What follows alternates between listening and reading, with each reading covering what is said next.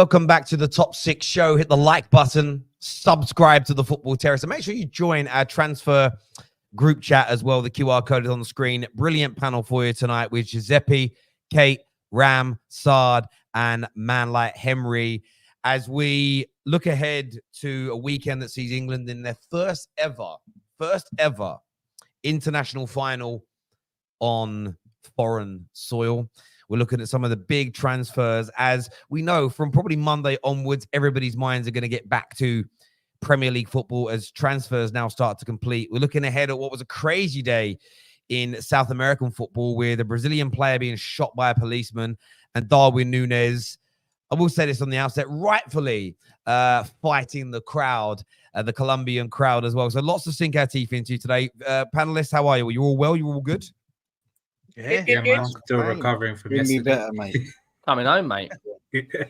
Coming home. Let's have it right. Let's have it right, mate. Yeah, Henry's dyeing his hair has been a good luck. Mate, it's worth every penny. It's worth absolutely every penny. If Gareth Southgate shithouses his way past, the Spanish, it'd be worth every single penny. If we don't, then I'll be down the barbers the following day. So look, yeah, it's coming home though. Yeah. It could be. I mean, it really, really could be. We're going to get into that a little bit later in the show. I wanted to start with the big news this afternoon. Manchester United's first official deal under the new tutelage and new stewardship of Ineos with Joshua Zirkzee. That is complete. He's having his medical this afternoon, stroke this evening. He will be a Man United player, 42 million euros. I want to throw it out to the panel. How good a piece of business is this, in your opinion, for United? I think it's decent, actually. I know a lot of people are laughing at it, but I don't know why people are laughing at it. I think that for Man United, it's the perfect sort of signing in the striker position. I've said it many times. We know they've got Højlund, and people for some reason think that Man United should maybe give up on Højlund or something. Like he ain't only 21, 22 years old. So it either had to go one way for United. They either had to sign a top guy that's right near the end of his career, or they had to pick a different style of player that's also young to be able to have options up top. And I think Zirkzee's that. I think he's a great signing. And in the striker market as well, the price that Man United are paying, I know people see 42 million and think that's a lot, but that's euros. So it ends up probably being about 35 million, something like that. So I personally think it's actually a good bit of business. And I think we ain't seen a lot of him in this Euros. Because he hasn't really got much game time for Netherlands, but I'm not going to lie, they've got the worst manager in the competition, so I wouldn't worry about that. Yeah. I think it's a great bit of business. Personally, I think I'm not really too bothered about it. I've known about Joshua Zirkzee ever since he was at Bayern. I never really rated him that highly, but I still think Højlund's going to be the main guy. Nothing changes for me. Højlund will still be that main guy for United for the foreseeable future. I think overall as a striker, he's just a better striker. But like what Giuseppe said, he is a lot different to Højlund, and what it is, he's an extra asset to your team.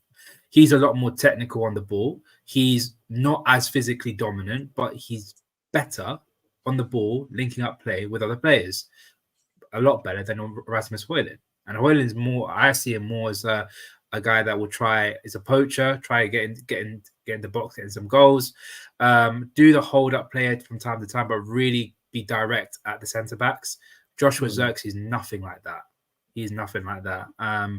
And look, if it's going to be about £35 million for a backup striker, and he's young, look, decent business. But again, as a rival, I wouldn't be too worried about it. Do you not think, though, with Van Nistelrooy coming in, that's going to help both Højlund and Zirkzee? You got someone who knows the club, was an elite goal scorer. Surely having a coach like that comes in, helps both of them. That's the way I see it.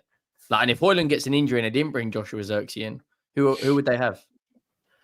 I think either way, as in like for me, I always saw as Foden starting no matter what, and I did not know that Van Nistelrooy is moving to United as an attacking coach. If that's the case, well, if he can spread a little bit of tips and tricks to Rasmus Højlund, it's going to make him even better. Because if he's half the finisher he was, then boy, it's going to be a big problem. Big problem. I think what I find interesting about this deal is I quite like Joshua Zirkzee. I think he's a talented player.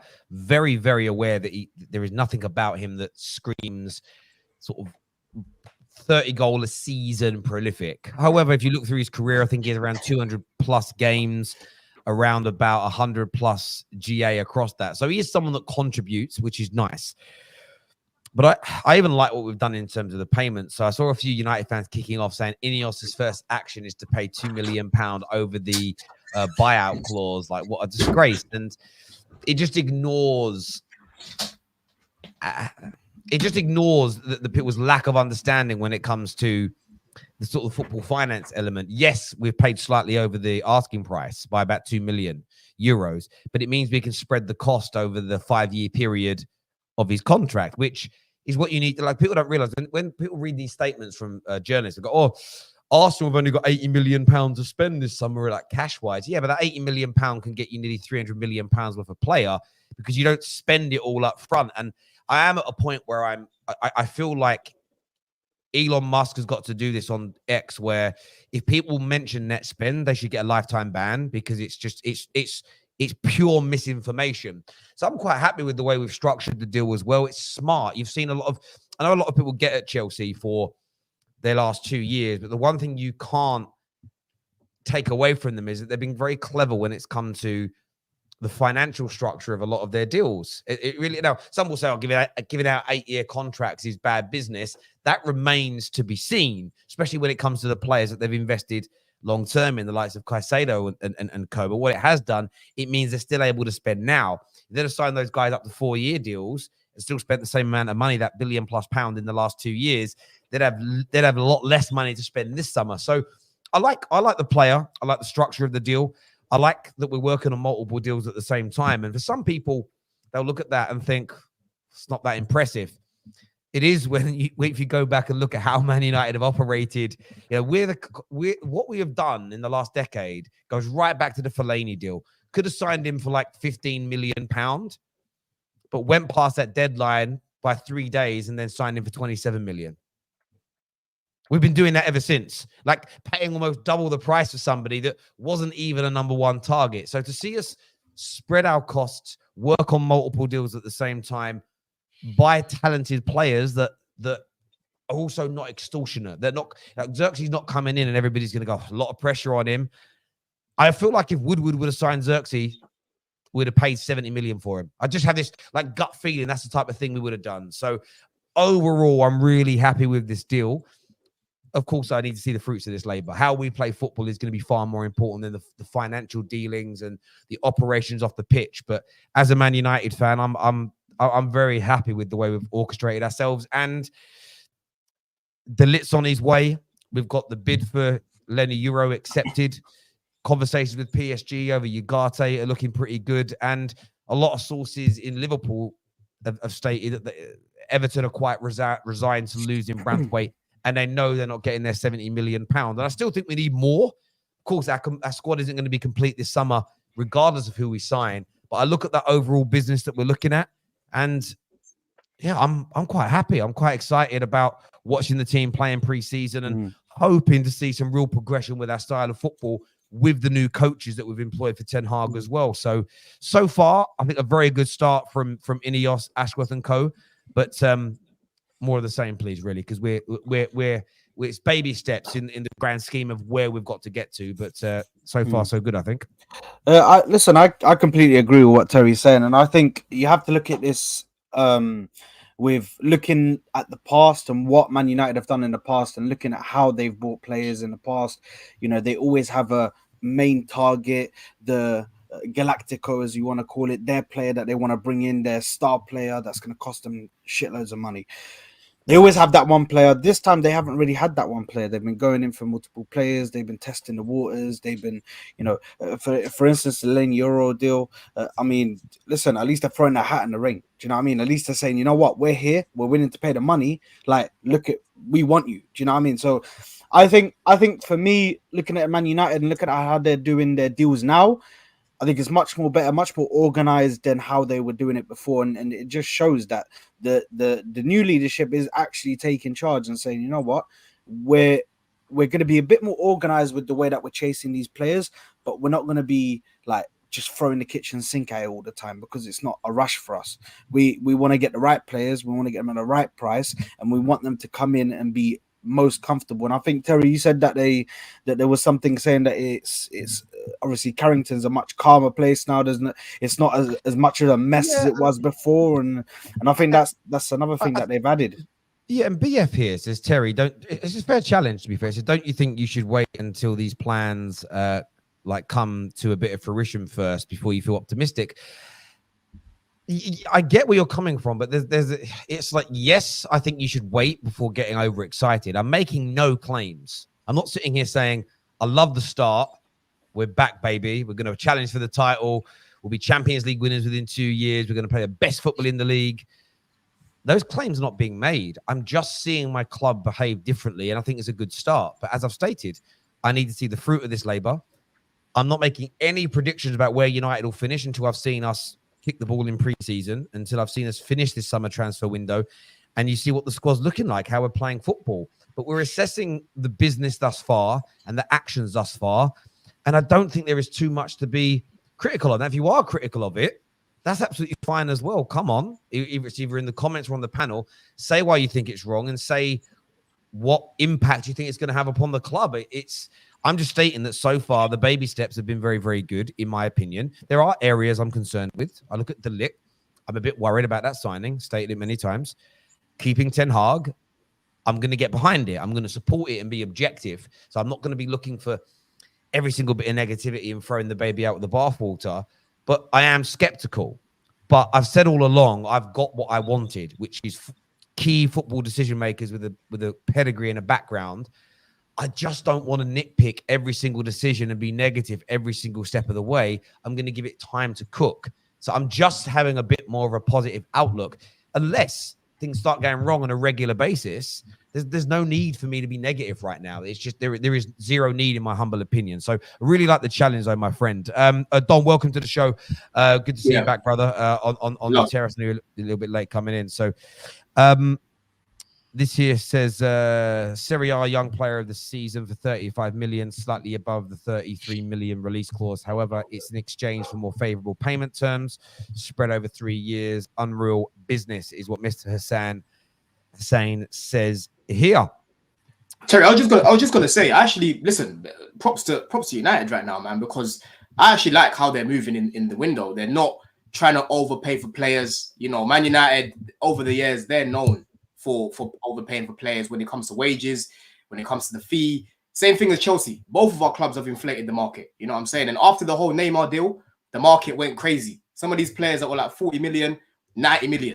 You know what I'm saying? Some of these players that are worth 20 million, 50 million now. You know, I feel like the market's kind of leveled itself out a bit. And obviously a lot of clubs are struggling with PSR. So I'm happy that United are saying, yo, we ain't going to give you 70 million for Bramford right now. Take time. Because they know Everton have got problems financially as well. You know, Zirkzee, we're going to pay a little bit above the release clause. We ain't going to give you a mad thing for Zirkzee. Because in the previous market, he might have been about 80 million. You know what I mean? So I like how they're moving. And hopefully more English clubs will move like this, including my own. That's why I like the fact that we're trying to make shrewd signings that people have never heard of before. Because the market has been a joke the past few years. And now I feel like it's leveled itself out a bit. It's starting to get a little bit more like what it used to be. I agree. And you get comments like this that say accountants now. It's not about being accountants. And it's about understanding. When a club, forget how much you think, whatever your name is, Island Breeze, forget how much you think a player's worth or I think they're worth or the seller thinks they're worth. Man United, it's self-evident. We've been paying regularly above the valuation that we set for a player. That sets a bad precedent. You sign a 25 million pound value player for 90 million. the level of pressure that puts upon you and expectation and hole in quality you leave in the squad is crazy. It's about setting the right precedent. It's about being able to buy the right players that suit you. Equally, we have definitely chased the wrong people multiple times over the last decade. And just because they sound good on paper doesn't mean they're the right fit for the football club. You know, Di Maria is a prime example. Top talent. He didn't want to be here, but we overpaid for him. We offered him stupid wages, so he agreed. And look how it ended. That type of business has to stop. So it's not about being accountants. It's focusing upon the mistakes we've made in the past, overspending that's then led to having players that didn't want to be here, a poor quality squad, and then a lack of money to be able to rectify it quickly. So all of these things matter, my friend. It isn't just about being an accountant. And You already seen it. You already seen Everton trying to use Fofana and Maguire as a benchmark as to why you lot should spend what you should. And we should have never spent 80 million on Fofana after his injury record. You lot should have never spent the amount that you did on Maguire. You know what I mean? So now clubs, I like the fact that you're putting your foot down and say, yo, you're not going to finesse us. Do you know what I'm saying? It's good. Yeah, absolutely. I love the cop. Before I come back to this one from Will, this is Terry. Explain how spending less shows ambition. It's not about spending less. It's about spending more smartly. At the end of the day, if I want to buy my daughter a birthday present and I really want to show how much I love her, and her favorite, she likes Barbie at the moment, my daughter. Her favorite Barbie playhouse is it costs £200. But I go, I'm just going to overpay. I'm going to spend £300 on it. Does that mean I love her more? Because I'm stupid enough to pay over the odds? When what I could have done is bought her what she wanted and then put that £100 towards something else that she likes. Or, I don't know. It doesn't show more ambition to overspend. It's ridiculous. It doesn't make any sense. Overspending. I've said it for years. When football fans go, it's not my money, I don't care. It's the dumbest football logic ever because you will run out of money. You know, when I can't afford to pay the electric bill in a month because I've overpaid for a present for my daughter that I didn't need to overpay for, that's stupidity, my friend. And that stupid behavior leads to poor results on the football pitch because when your club doesn't act seriously like any other organization, it will lead to an underperformance on the pitch. You have to get serious in every single department. Simple and as straightforward as that. But in terms of the play, it says Zirkzee taking Haaland's spot or going to be a backup. On the football side of things, Kate, how do you see this playing out for Man United now? We basically only had one number 9 last season. We're now going to have 2 very different profiles from one another. How do you think that helps Man United on the football pitch? In response to Wills's question, I don't see him taking Højlund's spot at all. But as someone said, 34 million for a decent backup striker. I mean, he's tall. I think he's 6'4", so he's a big lump.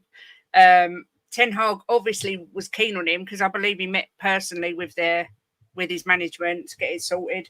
So I think it'll be a case of the rotational aspect, having somebody that can step in for Højlund if he gets injured or if he needs a rest, and you've got somebody capable to step in, something a team like Tottenham lack, because the difference in quality when someone gets injured to somebody stepping in is massive. Whereas if you bring in a Zirkzee and Højlund, you know, gets a knock, to be able to bring him in can only be a good thing. You know, this is why we all praise Man City so much. Their strength in depth, their squad's massive, and they don't have a drop in quality. And I think that's what Man United are trying to do. I'm not particularly fearful of Zirkzee. He looks like a decent-ish player, but I'm not like, if I was a Man United fan, I agree. I think the structure's improving and the way they're doing business is improving. I'm just not sure Zirkzee's that level, but I might be wrong. We'll see. You know what? With Man United, sorry. You know, Man United, do you know what? People might find this wild for me to say, but do you know one of the best things I think Man United have done so far in the transfer window? It was the bid for that Euro. Honestly, like, even if Man United knew that they were never going to get him because he only wanted Madrid and they've been told that, to build a rapport with the fans again, to make the fans trust the team again, showing that they've gone for him and actually gone for the player and he's rejected you. Yeah, cool, for Real Madrid. It is what it is when you get rejected, but for Real Madrid, I think that shows that Man United are actually in the right direction and they're going for these, instead of like them going, why did we, because otherwise fans would be like, why didn't we go for him 50 million? Why are we going for De Ligt? Now if you're getting De Ligt. The fans that would have liked that Euro will be like, well, we tried to get him as well, we couldn't. And I think that's great for like building a relationship back with the fans. And as an Arsenal fan, I know that that's the first thing that your club needs to start doing. Like Man United is building a relationship back in the club, the team, and the signings, and that's most important. So I think that's the best thing so far Man United have done in the window. Do you know what's interesting about it? Look, for me, maybe it's a little bit of confirmation bias. I've said it for years, and Ram's probably been on. I have everyone here. Ram's been coming on the channel for 5 years, and he'll know this to be the case. I hate the whole PR thing of actually we walked away from this deal. We never actually bid. I think it's genuinely pathetic. I would rather my club bid for a player and the player reject us than us lie to our fans. Oh no, we were never actually serious. That bothers the living daylights out of me when we all know the truth. But the good thing about this, listen, Real Madrid may get him, but Real Madrid have stated they're not going to pay above sort of the 20 to 25 million euros they've offered so far, where we've offered 50. And a lot of top Madrid reports today have stated that they've started looking for alternatives for Leny Yoro in case he picks Man United. He's come out himself on socials and said that he hasn't rejected Man United as of yet. And there's a comment that came through saying, and it's a good question, challenge again, does the Euro feel like the Alexis Sanchez one? Good point, but no. The Alexis Sanchez he said no to Man United.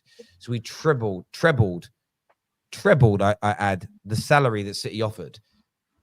So City said 200 grand, we said 200 grand, he said no. So he said, okay, we'll pay you 600 grand a week. That is not what we're doing with Leny Yoro. That is not what we're doing with him at all. The same as De Ligt. De Ligt is taking a pay cut to join Manchester United.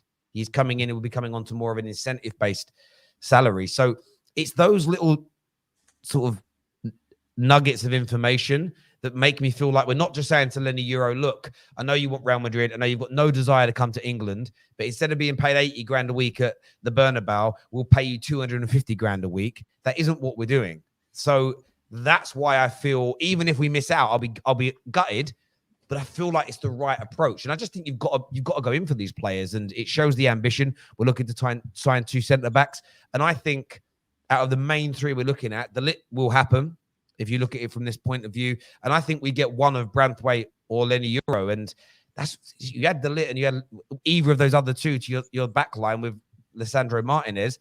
I'm happy, and I'm happy we're building from the back. Man United last year, the amount of opportunities we conceded in games, a defensive line, and then we're looking at Ugarte as that kind of DM, that sort of ball-winning defensive midfield player.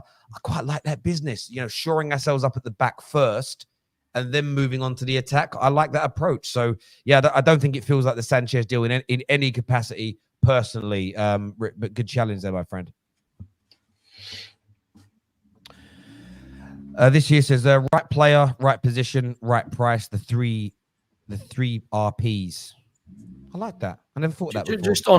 Just on Højlund and the Zirkzee situation. Man United are back in 4 competitions again. To ask Højlund to play every minute of every game is absolutely ridiculous. I don't think having a number 1. I think what Kate says, bang on about rotation. Like if Son gets injured on the left wing, the job off in quality goes down to Timo Werner. At least Man United have got a relatively good replacement out there in the wings if there's an injury or whatever. But that's the one thing that Man United are doing. They're looking at strengthening every single problem they had last season. And that's one thing I've wanted Tottenham to do for years. We've neglected so many problems and just put a paper over a crack. And then when the paper blows off in the wind, the crack's still there. So look, mate, it's a fantastic start to the window if you're a United fan. Like I'd be very... Yeah, it's a good start. Optimistic might be the right word. I just think Man United fans have got to keep their feet on the ground, though, and keep demanding that we make the right decisions, be objective. I think positivity is needed. And I say that from the delusion isn't, because delusion will always lead to more anger in the future. It's almost like what Yoda said, like fear leads to anger, which leads to hate, which leads to the dark side. You need to temper yourself. We are at the beginning of a genuine rebuild. I mean, every facet of the club some of it quite physically is going to be rebuilt. The training ground, the stadium, today we've already seen the doctors change. The physios from last year are gone and new people are coming in. Every single element of the club is changing. The fans need to understand that. Anybody that's thinking we have to have an instant turnaround, we have to be at City's level year 1, I think you're either delusional or you're almost setting your club up to fail. Like you're putting an expectation out there that's completely unrealistic year one for the size of a rebuild that we need. So I am optimistic about the start, but it's some very small steps in a very long journey that we're about to go on. And I think Man United fans have got to be aware of that and not get carried away. But yes, Terry, be happy so far. Some people just like the world burning around them. That's the reality of the situation. Some people just love the world burning around them, and they just sit there and talk about how mad this situation is right now. Yeah, that's why you always get those people in your fan base. You always get the people that just love when things are going wrong, and they don't want you to go and find a solution. They don't want you to do the solution. I knew Dom was gonna. The way Dom was looking at after that one, the stray was crazy. That's why I think rivals love him. Listen, there's always gonna be that person that always wants the bad times to last, just so that they have something to hold on to because they fought for it so hard. But like sometimes you have to sacrifice time, you have to sacrifice like not winning trophies, you have to sacrifice, maybe not being in the position that you want to be year one, because there's a whole process of starting from the I agree. Listen, I think next year we should still be looking to win trophies, like because we've won them in the 2 years where it was chaos. So we should still be looking to win trophies. But it's this. There are a lot of people now that have weird expectations. So I'm going to go back to the gym after Germany. I've definitely got a little bit of a dad bod. If I go, right, I'm going to do 5 weeks in the gym and I expect to look like I did when I was 21 in the peak of my martial arts career, that's just ridiculous. It's stupid. It's absolutely crazy. But that's the mindset of some people. They think, right, you bring in a new director of football, a new physio, 5 new players, and you win everything. But these are the same Man United fans who have said about every failing manager, change the manager, this squad wins the league. They've been wrong every time. And by the way, if we do, even like the Man United fans were like, we've got to stick with the manager. If we do start doing better next year, it'll be told you the manager was the right guy. Well, you're only partially right. It's him with the new structure. It's not a simple answer. Yes, but football is a simple game when you play it on the football pitch. But the components that go into making a successful sports team at any level are absolutely massive. And if you watch any documentary about any major sports team or any historic team, any sport in the past, the work that goes into it is massive. This idea that you can just change one person in a broken system and it all comes together, it's just ridiculous. And the people that try and set those expectations are a disgrace to sport. This year says Zirkzee is a different profile to Rasmus. One thrives with his back to goal. The other can link up better. I like this because it brings competition. You don't perform, you get dropped. And that's what I agree with. I like the fact that they can even play together at times when you look at the way they operate. So there's an opportunity. You can have them both at the pitch at the same time. They're not going to take up the same spaces. I quite like it. I think it's good business, in my opinion. Now, we wanted Sheshko. He was like the number one choice, but obviously he stays. So then we moved on. Big up Terry and Sard. I don't know about everybody else, but thank you, Hassan. Quick question: is Henry Kate's son, and is that why they're both very Spursy? I mean, if you take your hat off, Henry, you take your hat off. I mean, you could be related. You do look very similar. Fuck it up. You look like coming home. Now, in fairness, no, with your hat off, Henry, you look like sisters. You look like sisters, 100%. Like sisters. Oh. Damn. Well, I've got to say sisters. I can't say look like brothers. I would never offend Kate that way. Do you know what I mean? Plus, Kate's husband Jim is an absolute hard nut. So there's just I'm not doing it. No, he is or something like that. And Terry, according to Jim, dad bod is the new 6-pack. So don't you worry about having a dad bod. Yeah, I mean, I'm comfortable. I'm comfortable with how I look for my age. We were out the other night actually, and we were in this really busy bar, and these Germans that came in said, "We sit down as well because we know where to sit." We said, "Yeah, of course, come sit down." We're all chatting away. They thought Tom Little was 15, and then we asked them how old I was and how old David was, and me and David are sitting next to each other. They thought we were both 28, 29. David's 22, and I'm 38. You think I look 28? I'm not gonna lie. I was buzzing. I was like, I'm 38. Nah, David's a giant though, isn't he? So David's a big man. The other day, one of our balls, we were playing football, it got stuck in a tree, right? He was holding the tree and shaking it. And I was like, he literally looks like a bear. He looks like a bear shaking a tree. I was like, my God, the size of the geezer. But there you go. Look, some other transfer news I wanted to speak about today before we move on to some more of the football. Jeremy Frimpong to Liverpool. What are you saying, Ram? I did not hear about this. What? Frimpong to look, I would have bought onto it a year ago, but I said this on the group chat. I said it to Souls as well. Big up Souls. I've spoken to him about this. With the emergence of Conor Bradley, I don't see us getting Jeremy Frimpong. I just see them too similar. They're too similar of a player. And why would Edwards go in and, being a very shrewd business person himself, go in and spend around about 40 to 50 million pounds minimum for a player like Jeremy Frimpong, where he has someone that is similar within his team in Conor Bradley? Like, I don't see it happening. And plus, if you talk about deficiency defensively with Trent, he's worse. He's worse defensively, in my opinion. And I personally, I really wouldn't want him. He's more attacking. Go on. Yeah. I want to throw this out to the panel. Yeah, I was going to say, so we're going to get onto Van Dijk in a minute and what he said. But could you be looking at Frimpong? One, there's a lot of rumors Trent might go Real Madrid. Two, Salah's coming to the end of his career. Mm-hmm. And Frimpong, for me, I don't think he's a wingback or he's a right forward. I don't think he's a defender. I'm just throwing that out there to the panel. Is that maybe more where Frimpong would fit in at Liverpool? Well, if you put all those circumstances together, then it changes my mind. But off what I'm going off of so far, Trent to Scouser, Scouse born and bred, he's staying at Liverpool. Like Steve McManaman, yeah, like Steven Gerrard, yes. Like Michael Owen, like Robbie Fowler, yeah. Nah, I mean Robbie Fowler is a different story. Bro, Steven Gerrard is about to come Chelsea. You lot are threatening him and that. Is that what you're gonna do to Trent again? Look, fake news. Oh, fake news. You lot were posting outside his house. Look, you know what I mean? Terry's quiet. His family sat him down because Man United did the same thing to Rooney. Bro. His family sat him down and be like, look, why would you want to go to West London? Might as well just stay in Liverpool where you live, man. That's how it is. Liverpool's as nice as West London, ain't it? Yeah, absolutely, absolutely. Hell.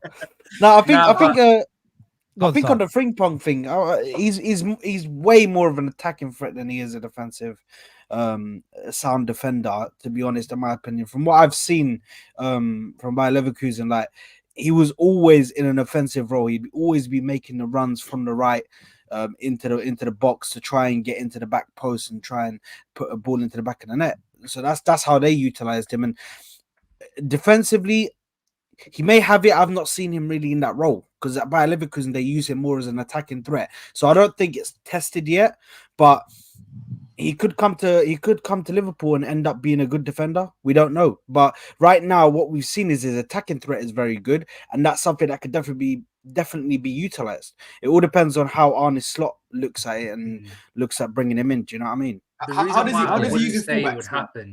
How does Arne Slot use his fullbacks?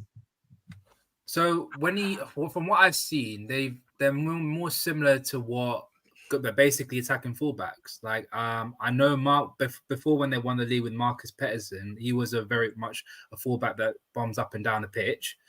They've got I think last season they used what's his name, Gertrude. I can't say Gertrude as the main right back, and I think he was a centre back at Trade at first before moving to right back. A DM, sorry. So obviously there's a bit more defensive player, but he likes to have possession of the ball. He likes his fullbacks across the whole entire back line to be comfortable on the ball, and that's where I see Trent might stay, in the sense of I don't think Arne Slot would want him to go at all. Obviously that's down to Trent, but like I said with Jeremy Frimpong, the qualities that I see of him and the qualities I see of Conor Bradley, they're just too similar. And you not have all three though. Like Terry said, if Diaz's future's in doubt, Nunez he's beating up people in the crowd. Salah's on the other side of 30 now. That's crazy, by the way. Fucking hell. You got Frimpong, he went over like stone cold with a flipping steel chair. But you've got Frimpong is available for what, 40 million euros? The Dutch connection there. I think there's too many issues that we need to address before we go and buying a third right back. In my opinion, we need to get a centre back. We need to get a DM. We need to not get a He's backup not a right right winger. back, but he's not a right back. I'm going to say about Frimpong, I wouldn't trust that man at right back. Like, he's not a right Neither do back. I. Is he? He's more of, every time I watched Bayer Leverkusen quite a lot last year. I got sort of, because of how well they were doing, especially the last sort of 15 games or so of the season across all comps. I was tuning in to see whether they could go, and I just never saw him anywhere other than on that right-hand side of the attack. He plays where Mo Salah plays. If you look at his heat map and you look at a Mo Salah or anyone who plays on the right-hand side of the attack, that's where he was last year. And you lot have got to start looking beyond Mo Salah, because he's going soon. Because Mo Salah at some point is going to come out with the same comments we saw from Van Dijk last night. I'm going to think long and hard about my club and international career. It's no disrespect to them or Liverpool. They are both in the twilight of their career in terms of the elite end of the game. What you don't want to do at Liverpool is be caught short, where you stick with them too long and you haven't got somebody else who's already in. You almost need to phase them out before they leave. That's 100%. What you've got to do to get it right. But if it's what you're saying, in the sense of he's going to be playing like a right winger, I hear it. But although in my head, I already want someone that plays for West Ham, that I want him as my right winger. Yeah, that's what I'm saying. When you rather actually get a winger, bro, instead of getting a right wing back that can play and attack, like, you know what I mean? Absolutely, 100%. At this moment, I would rather have like an inverted winger, similar to what Salah is. I would rather have a Bakayoko or a Matthias Sule or a Kudus over someone like Frimpong, in my opinion.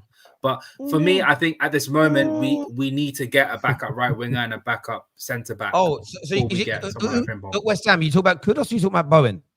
No, Kudus. Yeah. Kudus. Okay, fair enough. I want to ask Don this question about Liverpool. You obviously got the rumours Trent might leave at some point in the next year. Salah, we know he's been linked to Saudi many times. Van Dijk has said what he did. New manager coming in. Sort of, as a Chelsea fan, your perspective looking at this, are you sort of licking your lips at the prospect that over the next 12 to 18 months, they're a team that you could leapfrog? Do you think teams, not just you, but like, do you see it as the Man Utd, the Chelseas, the Tottenhams? Should they be looking at Liverpool as a bit of a weak link that we could overtake?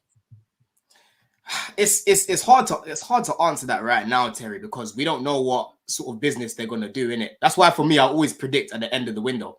But last season, I did say to Liverpool fans, we've got a deeper squad than you. And I think in terms of our squad, we've got more quality. I think in terms of your 11, it's better than us, yes. But I did say to a lot of Liverpool fans, I said, yo, when it comes to looking at the guys that you've got on the bench and the guys that I've got in reserve, you know, because I didn't expect that many injuries. I said, for me, we've got a better squad.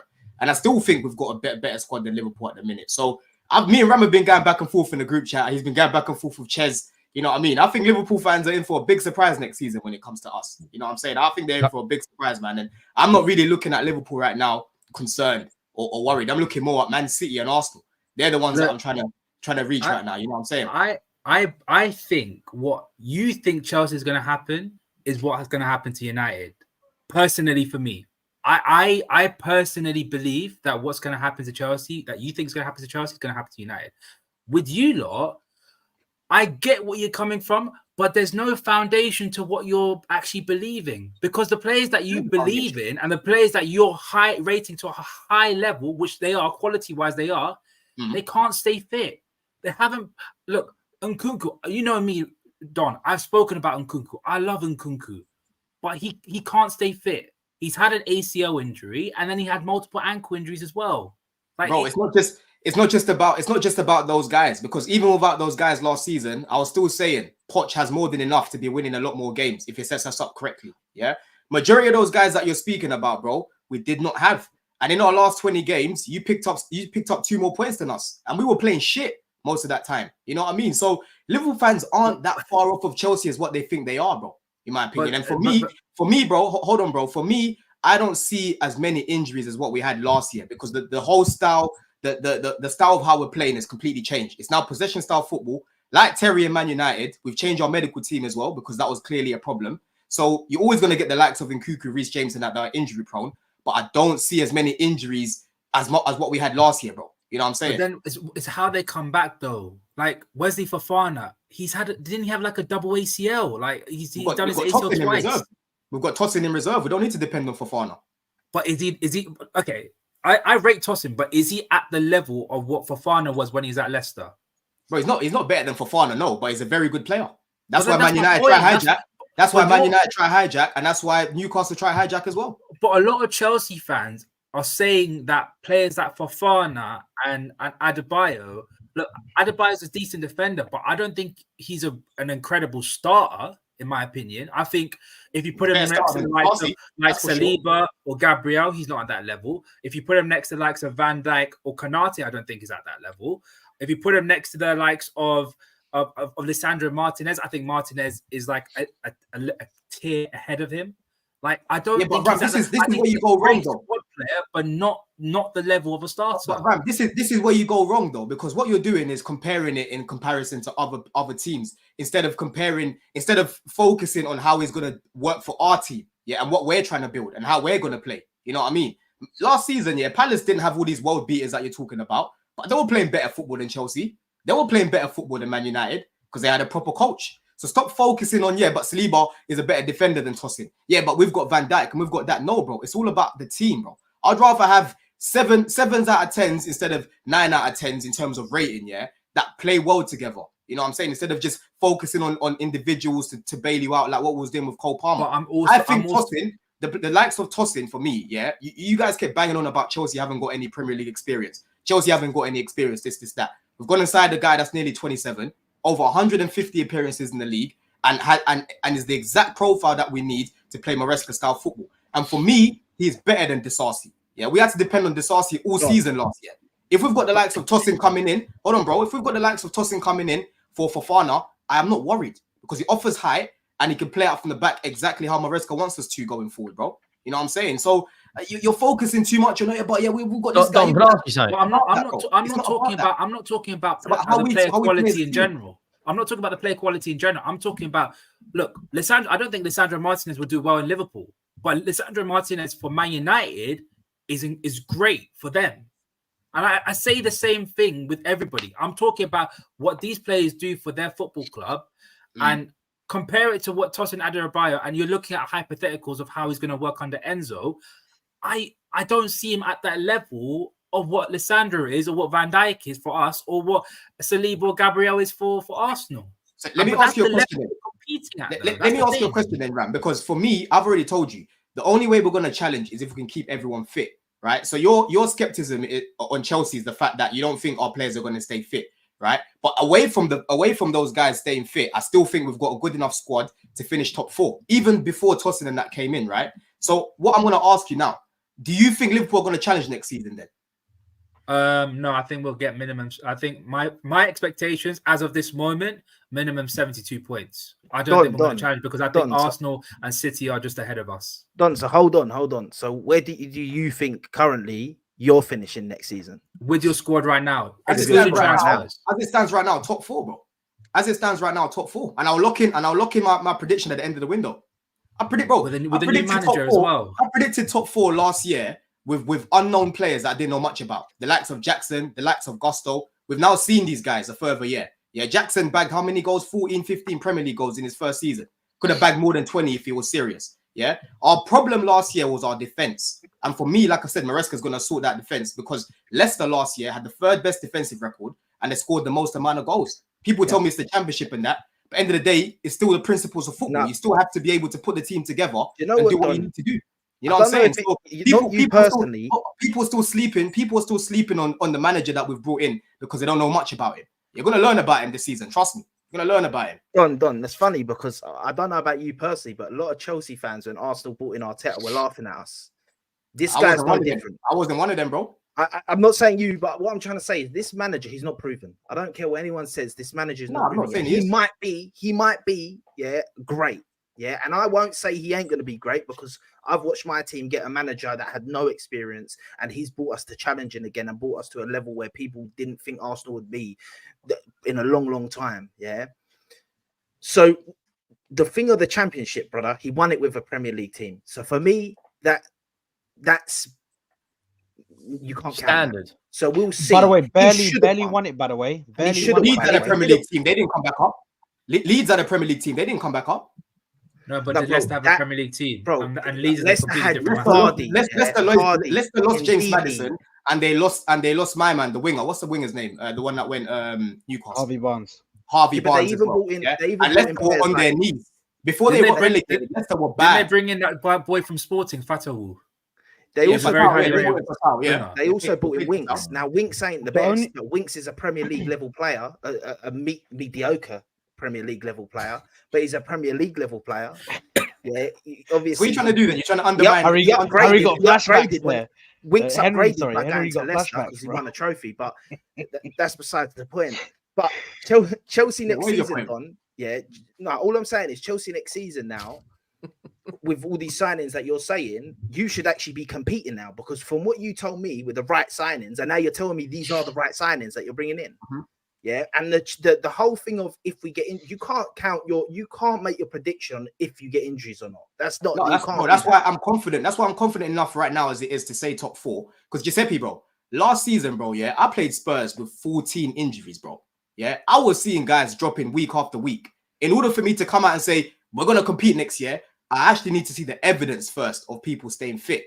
But I'm giving you the hypotheticals. Yeah, the only way we're gonna challenge is if they stay fit. But in order for me to say we're gonna challenge, I need this man to stay fit first. so to could I- some level of fitness. But so as could it I is, just understand? bro, Yeah, could I understand this? So if you get similar injuries to last year, top 4, if you keep the vast majority of your better players fit, you think you can challenge for the Premier League? Yep, I do. Hang on, what are we doing? No way. This is what I'm I talking don't- about, Don, man. Come on. Challenge doesn't mean win, You've bro. got a real. new Challenge does not mean manager. win. Challenge does not mean win, bro. Challenge does Challenge. not You're mean win the talking. league. No. Challenge does Okay, not mean so win the league. you expect Chelsea Football Club, your team with no injuries, to get around about circa 87 points next season. Yep. 87. I think this team is Buying more into than the capable PR, of Don. challenging if they can stay fit, bro. You know what I'm saying? You don't think what I'm saying is crazy, but Henry, you're laughing, and Kate's laughing as well, because you lot don't know the madness Poch was doing. Last season, the amount of points, the amount of games that we lost. I'll tell you what, I'll have a bet with you. He doesn't get more points. The than Poch. amount of points that we dropped here to teams like Brentford, bro. I'm going to Brentford away. Yeah, I'm going to crazy teams. Sheffield United away. They had more XG than us, playing Gallagher on the wing. Yeah, you had Burnley Brentford's away. not easy place. drew that game. Brentford. So Yeah, Don, no, why- Brentford's why- not easy why- place, why- Don. Wallahi, Enzo, Don, come on, man. He started 2 attackers. He started Don, 2 why attackers. can't- why- that game, why bro. can't I say the same for Enzo? Because he's unproven, hasn't managed at the top level. Surely he's going to be making mistakes left, right, and center. Yeah, you can argue that as well. But every manager makes mistakes during the season, bro. Every single But he manager. hasn't played. He hasn't managed at the I don't top think- level, so I he's don't going to be think- I prone to don't think making so Maresca- many.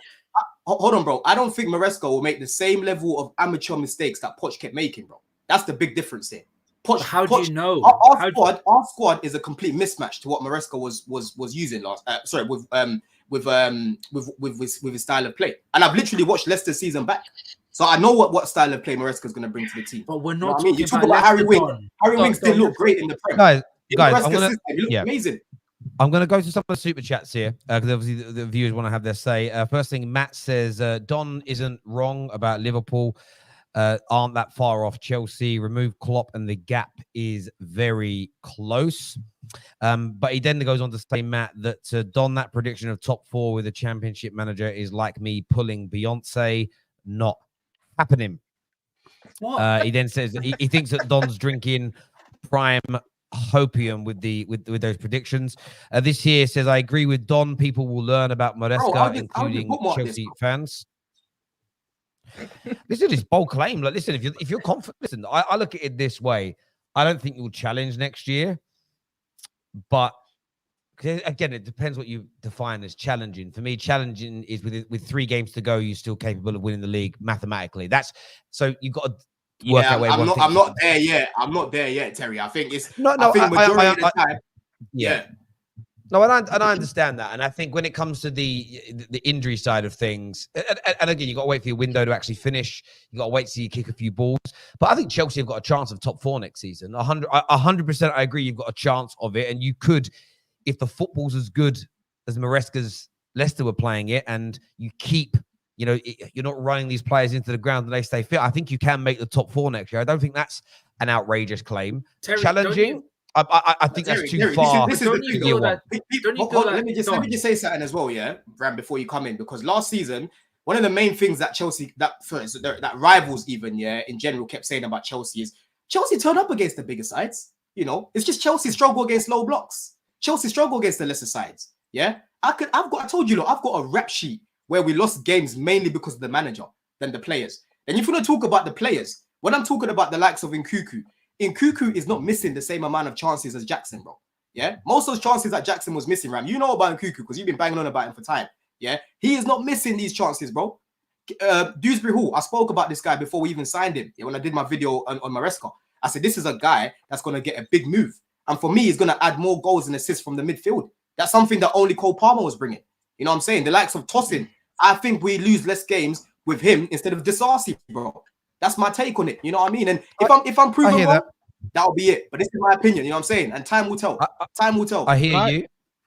Guys, we need to go through some more of these super chats just in the interest of time. It says, see Chelsea's youngsters leaving for the better project and a bigger club. Oh, is there a Chelsea youngster that's broke the wage structure for the guy, man? It's You know a what I mean? Rio something. Rio, what's his name? I'm not sure. Gruma. Oh, I did see that. Matt here says, Don, Liverpool's kids beat your 11. Yeah, because our manager told the team to sit back. What we're doing here.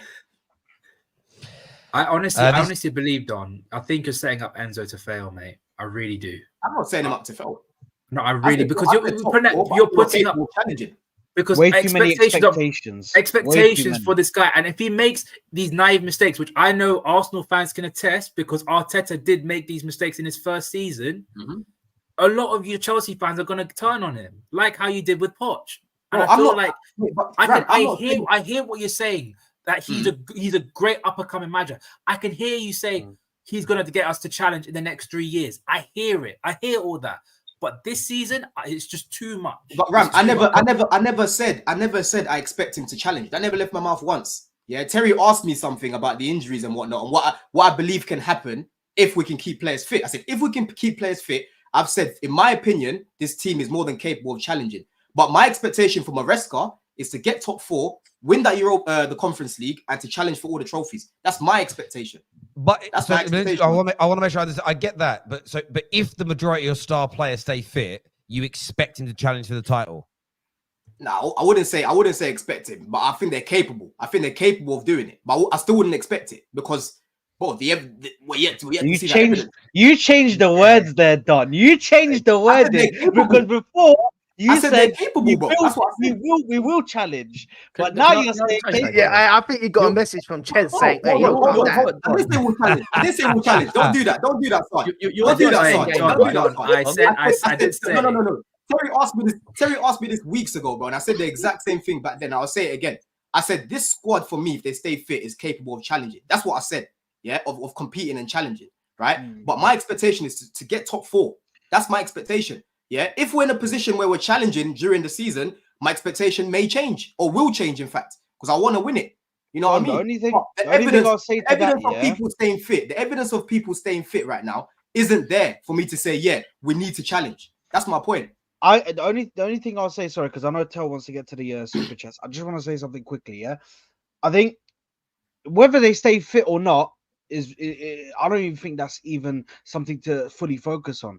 The thing we need to focus on is the manager himself. The manager has never managed in a top league or in a first division of a league. I think he managed at Parma and then he managed at Leicester when they were in the second division as well of English football. He's now coming into the top division in English football, the Premier League, which is one of the most competitive leagues there is out there. And then he's also coming in with, apparently last season. I listen. I know you've watched the season back, Don, and I've spoken to a couple of my mates who support QPR and Millwall and all championship teams. But they watched the championship religiously. So they were telling me like he nearly lost the league. Towards the latter end of the season, he almost lost it to Ipswich. Ipswich should have finished first and would have won the championship. About that. They said they were missing a lot of big chances. You get me? They said at that point it seemed like the players kind of were sitting on the beach. It's a worry. Done it already. I've spoken to Leicester fans about that. Can I ask you a question, Don? I'm just trying to understand a few things here. So I get where Ram's coming from in terms of setting Enzo Maresca up to fail. you believe in this manager. I'm not trying to catch you out. I'm just trying to understand. So I get the feeling that you believe in this manager, that he is quality. If, for instance, you get to December and you're 8th and it isn't quite clicking, is it going to be are you going to look at it as my view of these players, my view of the club remains the same, that we're good enough to be up near the top, but the manager isn't good enough? Or will it maybe open your eyes to actually some of these players that I rated are not quite there? Because that's where I worry for Enzo Maresca, is if there's this big expectation, we will be in the top 4 regardless of injuries. We've got the capability of challenging if everybody stays fit. But what if he's playing players in the right position? Is it going to be we throw the manager under the bus, or will there be a realization that some of these players are not up to the level? And I'm painting a hypothetical here. I'm just intrigued to know, because a lot of people are like, Poch is the guy. Poch will get us playing great football. When it didn't happen, and he did make mistakes, and I was always on your side on that argument. I just wondered how you would view that scenario. So if it goes well, you'll say the manager's getting the best out of these players. If it isn't going well, do you think it will be a manager issue? Or do you think it will be actually some of these players are not at the standard we thought? Bro, again, it all depends on the context at that time. Because I said to many people last season, if Poch was setting us up correctly and the players kept missing chances, and I can clearly see that he's making the right lineups, the in-game management's good, I'd crash it on the players more. You know what I'm saying? Whereas what I see last season was Poch kept fucking about. So it all depends on what's happening. Is Maresca the reason? Is he playing people out of position? Is his in-game management dead? Is his lineups dead? Or again, are the players just not playing well? You know what I mean? I'm always fair in my takes, and I'll always say it as it is. I understand. I understand that. I just wanted, because a lot of people in the comment section were kind of asking something along those lines. And don't forget last summer when everyone saw how Poch had us cooking and that in the summer. Yeah, people were like, yo, Chelsea are looking serious. Then all of a sudden he changes it. Yeah, all of a sudden he changes it, and then when his job was on the line, he went back to what was working in pre-season. We win 5 games in a row. We only get 2 less points than Liverpool. I think what's going to be interesting is to see whether Maresca does any of those same things. And I'll tell you why I said it's interesting. Is it happened at Man United multiple times. And I think part of it is the structure at the club and who your key football decision makers, what are they reporting in. But we would see McTominay start a lot of games and we go, it's because Jose loves him. Jose's love child. And then every single bloody manager since keeps picking and playing him, right? If next year Maresca comes in and it's like, my main midfielder is going to be Conor Gallagher, you have to then start looking at it. I think objectively, you have to start looking at it and saying, there must be something wrong with the guys I rate if the new manager that I rate is doing the same as the manager I thought that got it wrong. I think sometimes as football fans, we get, and this isn't a Chelsea specific thing, I think all clubs do it. Man United fans did it with Donny van der Beek. The amount of times United fans are like, I can't believe he isn't starting over McTominay, over Bruno, over whoever. He's just been sold for £500,000. You were just wrong about that player. And that's what I think is going to be interesting, because I think what Maresca needs and what Chelsea need are fans to drop their egos and almost become more objective about their club, because I do believe the online discourse seeps into a dressing room. I do believe the online pressure seeps into a dressing room. We know fans see it because they tell us they fucking see it in interviews. And I just think that's where Chelsea fans have got to do their best by their club and go. The main thing for me, and be honest about how they feel. Bro, I tweeted this the other day. I just feel like Poch has warped a lot of people's minds, especially rivals, even people in my fan base, into thinking that these men are bad players. You know, very, very similar to what Southgate does with England, with the likes of Foden, making Foden look average, you know, making Harry Kane look average, even making Saka look average at times because he's not playing someone that can actually have a relationship with him, similar to what he has for Arsenal with Odegaard. You know what I'm saying? So people got to look at these things, and I don't ignore these things. When Enzo was playing badly, I said, yo, Enzo didn't play well today, but I can't ignore the fact that he's being played as a second striker. You know, Levi Cole didn't play well today. I remember you and Lee going back and forth on Straight Facts, Terry. And you said, bro, I'm not going to overly criticize Levi because he's played in a position where he's not used to. You know what I'm saying? Yep. Look at Cucurella when he's played in a proper system. I agree with that take on that level, but my view is almost like I've said before. It's about being objective about it. So, for instance, if Maresca starts playing him out there, then you have to start looking at it again. Well, is Levi? I'd have to question myself and go, is Levi as good as I think he is? You know, I don't see. You know, I don't see that though, Terry. You know, I don't see that though, because imagine this year. Imagine you get a new job today, Terry, yeah, and the guy before you that had that job got sacked. I'll be real. They're going to tell you why he got sacked. They're going to tell you, this guy, he kept coming in late. You know what I'm saying? He kept taking bare smoke breaks. The next person that comes in, when you take that job now, you ain't going to take no smoke breaks like that. You ain't going to be coming in late because you know what went wrong for the last guy. It's a similar sort of thing for me with Poch. Like, similar sort of thing. I get you. But this is the point I made, though. I get you. But if Maresca starts playing players, if he starts giving that captain's armband to Gallagher, if the same players get injured with new training methods and a new medical team, that's when Chelsea fans have to say, do you know what? It wasn't Poch. It was the players. It wasn't this. It wasn't they're not good enough. Instead of going, right, I'm throwing this manager under the bus. And I say this to Chelsea fans because Man United fans did it 5 managers running. People will go, Terry, but you wanted Ten Hag out. I didn't say Ten Hag was to blame for where we were, though. And that's the difference. When you just focus on the manager, if the same problems persist, and the one thing I agreed with when it comes to what Sir Jim said around keeping Ten Hag, he went, well, we had 7 managers fail on the bounce. We cannot look at it and go, it's just on the manager. And that's where, if Maresca starts failing, to go, right, it can't be 5 managers on the bounce under Clear Lake that are all wrong. There's got to be other areas of the club that are the problem, I think.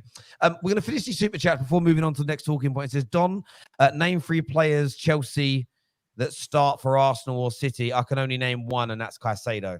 None. Bro, Cucurella starts for you lot. Cucurella starts for you lot comfortably. Palmer starts for you lot comfortably. You know what I'm saying? You just said Caicedo, that's 3. Yo. Whoa. First of all, Cucurella. No, Timber, bro. Yeah, Timber. You want to play Timber right back, man. You want to play that right back. What are you talking about, bro? Cucurella, bro. Forget Cucurella. Where does Palmer start in Arsenal's team, bro? Who? Where does Palmer start in Arsenal's team? What do you mean where does Palmer start? Bro, he will start as one of the 8s, if anything. Probably start left centre mid. That's where Rice plays. Nah. Because that's where Rice plays. You'd play Caicedo in the midfield. You think Rice can create better than Palmer in that position? Don't make me laugh now. Because me and Kane were going back and forth. He's a better 8. I'll put anything on on that. Again. Rice is a better 8 than Cole Palmer, bro. You can't just put Cole Palmer in the 8 and just think he's. I'll let you keep thinking that. The same Rice that said he's learning the role and he's better at sweeping up instead of creating. You'd rather have that instead of a Cole Palmer. But you're talking about a guy that you've only seen play one season. And he didn't play once. Hang on, so let me get this straight. I want to make sure I'm missing it. So, Don, you think Cole Palmer is a better box-to-box midfielder than Declan Rice? Bro, I think they'll have to change their tactics if they want to play him in that role. You know what I'm saying? He won't be as box-to-box as Rice. Rice will be behind him. He's the one I'll be sweeping up. But that's the role of an 8. An 8. I know that we love all these new technical names, but an 8 is a box-to-box midfielder, right? Are you saying Palmer's a better box-to-box midfielder than Declan Rice? No. Palmer's not a better box-to-box midfielder than Rice. But I think in that position, in terms of an attacking threat, he'd offer more than Rice, in my opinion. But that's Odegaard's role at Arsenal. So does he start over Odegaard? No. Hello. Obviously, you can't move Odegaard out of there. You can't move Odegaard out of there. But you already know who I'm starting in my head of. You already know who I'm starting in my head of. You know, look at this guy. I don't want to say Saka. He wants to say Saka. He wants to say Saka. I don't want to go free in here, man. You know what I mean? Say it. Like, bro, listen, he's not starting in an 8 over Declan Rice because that's the box role, and Palmer ain't doing that. I would change it. I would change it. I would just have Rice behind them, and I will have him sweeping up. Like, Palmer's not a bum off the ball, innit? Like, he does his thing, but not like Rice. Not like Rice. Can I ask you what about Caicedo? Can I ask you this then? Yeah. What would you say is a better midfield double? Oh yeah, I'll start Caicedo. Rice and Caicedo. Yeah, Rice and Caicedo.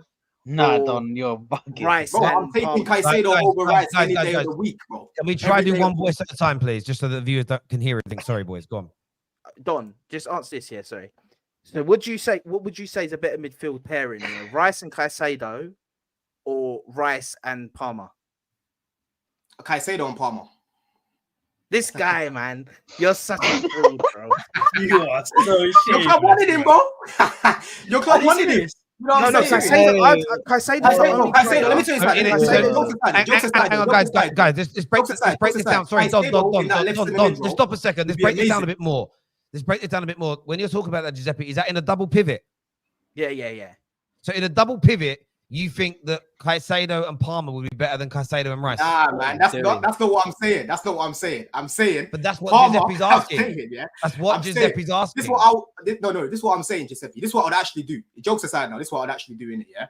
I'll play Caicedo in the left center mid row, yeah? I'll probably have Rice sweeping up because Caicedo is more box to box, and for me, he's actually better as an 8. Palmer in this Arsenal team would have to play on the wings, bro. He'd have to play on the wings because of how you play. Left wing. Nah. Saka left wing, Palmer right wing. Saka. The thing is, there's a difference. Like, there's minerals, bro. Like, as much as we said, let's have it right and all of this, there's actually minerals, bro. They have to land. Saka on the right wing shoots and actually is a goal threat and actually scores goals. But when it comes to these, man, when you see them come on for England, bro, where's the goal threat, bro? This has been the perfect tournament. You see, Saka don't care. He'll just let loose and he'll score. You have to have him in that. This guy tried to put him at left wing back, and he was like, hold on a minute. I don't think I could do that because I take too much away from the right wing. I take too much from the right wing. So I think you can't take him out the right wing. I think Palmer has to go left wing, but this is an imaginary Palmer just don't get into Arsenal's team. That ain't a diss to Palmer. Yeah. By the way, Palmer on the left. I don't like Palmer Palmer on the left. And really and truly, I wouldn't play him box to box. If I'm going to play him in that role next to Odegaard, I would change the structure of the team. All I'm going to say is when it comes to central midfield, Mainoo gets in over all of them, right? That's all I'm going to say. So it's a bit flippant. Well, I want to finish these super chats and we're going to move on to a bit of England talk. Viewers, make sure you hit the like button. Make sure you are subscribing if you haven't done so already. How many points will Chelsea get? More than Poch's 63, Don? Bro, I think we'll get more than 70. How many points did we finish on? Wait, how many points did Arsenal finish on? 89. We finished on 89. How about Liverpool? 82. Yeah. You ain't getting more than 80. I reckon He's not. You are not. I reckon. I don't know what you smoked 75 today, plus. but you ain't getting more than 82. 75 plus, man. I reckon 75 plus. It's these lot that defend Poch with their life. That's what they don't realize how bad Poch was, bro. Boy, oh my lord. Dio here says, Don, stop it now. Bro, listen, I don't need validation. I will just document this, bro. I'm telling you, I'll be back.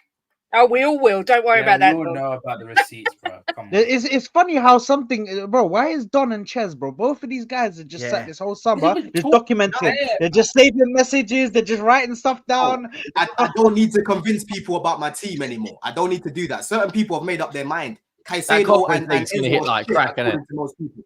They've made up their mind, so it is where it is. I will come back when the time's right. Yeah, and if you're wrong, it will just be I was right, but we just didn't sign the right players. There you go. No excuses, bro. That's exactly The what manager you're hasn't saying. got the experience yet. Yeah, you'll be like, I'm right. I'm just 3 years too early. That's what it'll be. I know what you'll say, Don. I know what we'll say. And we don't. I'm only joking, brother. Listen, do you know what? You're actually right. You don't need any validation around your team. It's opinions, and that's what we're here to do. I like the fact you're giving an opinion. Though too many people in this space sit on the fence. Why do that? It's crazy. Nah, he says 75. Listen, but they could get 75 plus points. They got 63 last year, and let's not act like if Jackson hadn't converted some more chances, they couldn't have got 10, 11, 12 more points last year. It's not a massive. That's the thing with the Man Uniteds and the Chelsea's last year. You make an improvement to them next year, even a 10, 15% improvement to their overall play, you could quite easily generate that many more points. It isn't, I don't think it's this massive leap. I don't think it's a massive leap, personally. So yeah. Although I wouldn't play Palmer in the 8. Terry, that's what, 3 more wins? Don should seriously consider politics, all the qualities of a Starmer's successor. I'm serious, man. You know, that is a serious comment, man. Big up, Don. You make a great press secretary for Chelsea. True belief in the shameless delusion. Funny how Spurs will finish above Chelsea next season. That's coming from an Arsenal fan, Hussein. How many teams has Don? Big up yourself. Let me just reply back to that quickly, Terry. Yeah, big yourself up, bro. Yeah, bro. I literally said, if Poch carries on this system, we will not finish top 6. Yeah. So did you call me delusional then? He finished top 6 though. How many teams has Don managed? So much system talk. What about your crap culture at your club? Expand on the crap culture, because all those guys that didn't want to be here got sold. You know, I'm not looking at anyone right now that wants to leave. Expand on that for us, Poe. Karma doesn't have the discipline to take Saka's place in the Arsenal or England starting lineup. Chelsea fans don't know football, only tribalism is what Enigma says here. Can we stop the Saka and Palmer? I don't want to take Saka out of the team though, because for me, I think Palmer should be playing where Foden's playing. Yeah, because if you watch Arsenal week after week, you will see that Saka has a very good relationship with Odegaard. Yeah, very good relationship with Odegaard. And for me, I think Palmer can replicate that. Even yesterday when he came on, bro, you could see they were rotating. Certain parts, Palmer was going on the right, Saka's going into the midfield. I think even just before we scored, Saka was the one that gave the ball to Palmer and Mainoo. You know what I'm saying? So, bro, I think they can work together, innit? In an ideal world, I'm playing Palmer down the middle, Saka right wing. I agree with Don. I really liked. The annoying thing is Foden had a really good game. I felt he almost scored a worldie. Yeah, I thought he had a good game. I really liked Foden and Saka over on that. Sorry, I really liked Palmer and Saka when they were both over on that right-hand side. I did think there was really good link-up play between the two of them.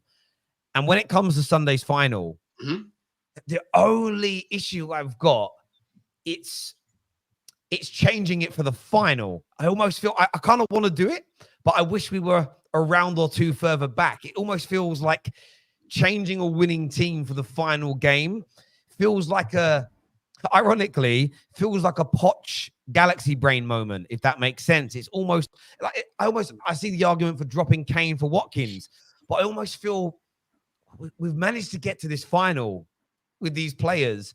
I almost feel that starting a different team now could mess us up, but equally, Terry, could it be the curveball that wins it for us? I'm Terry, this is the thing though. This is where you got to look at the manager and be a little bit braver, because Foden has been played in that role now. Was it 2 games in a row? Yeah. And he's not being the link between the midfield and the attack. I know people like to criticize Harry Kane. Harry Kane only drops deep because he's not getting the ball. He's not getting nothing created for him. I know Foden was looking pretty yesterday. There was nice link up with him and Mainoo, but where is the end product? Where is that ball between the lines? You know, I'm seeing Saka making so many runs. No one's finding him. Yeah. Last season, I'm seeing Palmer playing on the right half space with a Gusto, with a Madueke, with a Reece James, and it's just threading it through to them. You know, if you go look at Palmer's through balls in comparison to Foden's through balls last season, he cleared him. And for me, I told Kate earlier, he's a better creator than Phil Foden.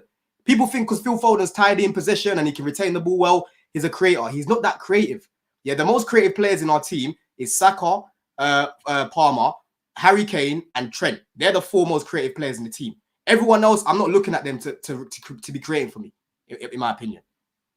I listen. I fully.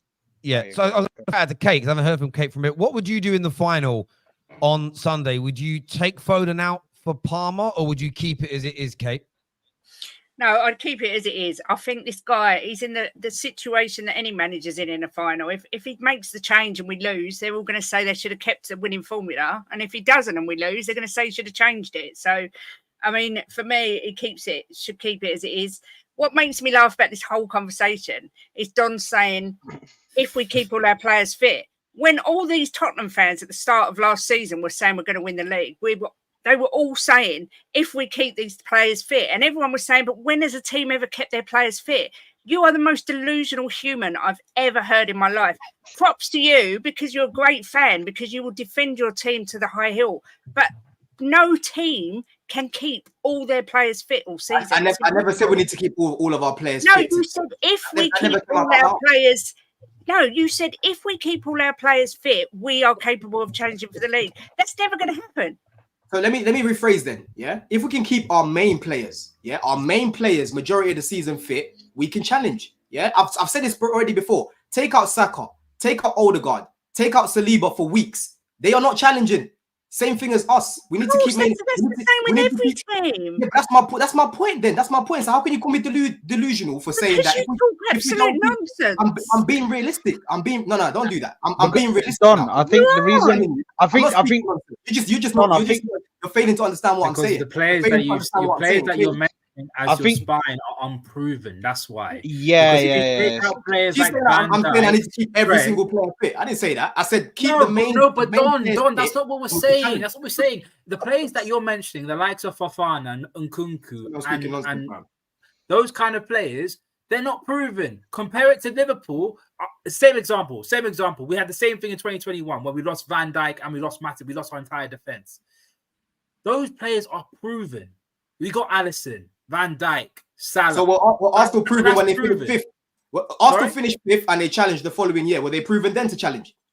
No, but Don, you know what it's like? That's It's a very- No. Before It's you come into completely the different. question, It's completely different. answer the question, Ram. No, we When wasn't. But Arsenal what I'm finished trying to fifth, say- when Arsenal finished fifth, I've got a lot of Arsenal friends. Yeah, some of them weren't even some of them weren't even saying they're going to finish top four. Yeah, when they finished fifth, they leaped up and literally challenged that year and finished second. Yeah. And they bottled Okay, it cool. in the end, right? First So let me of ask all- you again, Ram. Were they? You're saying you need the evidence, right? Did Arsenal have the evidence when they won the challenge when they finished fifth? What about William Saliba going into the defense? Saliba wasn't. You forget about that. That was his Forget first about season that. back. That was his No, first season back. Don. First of all, then it's a big Saka asset to have in the Saka was team. proven.